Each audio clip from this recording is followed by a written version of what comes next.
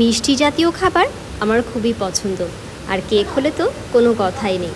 সব সময় আমি দুধ, ডিম, ময়দা এগুলো দিয়েই কিন্তু কেকটা বানাই। তবে সেদিন ইউটিউবে একটা কেক দেখলাম, দেখে খুবই ভালো লাগছিল।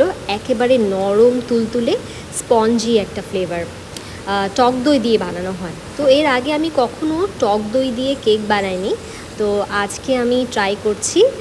ট্রাই করে দেখি কেমন হয়। অন্যান্য যে ইনগ্রিডিয়েন্টসগুলো আছে, চিনি, ডিম, তারপর হচ্ছে আপনার ভ্যানিলা এসেন্স, এগুলো কিন্তু নর্মাল যে আইটেমগুলো দিয়ে কেক বানাই সেগুলো দিয়েই বানানো হয়। আর এক্সট্রা অ্যাড করেছি এখানে টক দই। তো টক দই দিয়ে এই কেকটা আসলেই কেমন হয় সেটা আমি দেখছি, দেখে ট্রাই করে কেমন হয় আপনাদেরকে অবশ্যই জানাবো। এখানে আমি কেকের প্রসেসটা দিচ্ছি, আপনারা দেখে নিন। এরপরে কেকের রেজাল্টটা কি, আউটকামটা কি হলো সেটা আরেকটা ভিডিওতে আমি শেয়ার করে দেবো।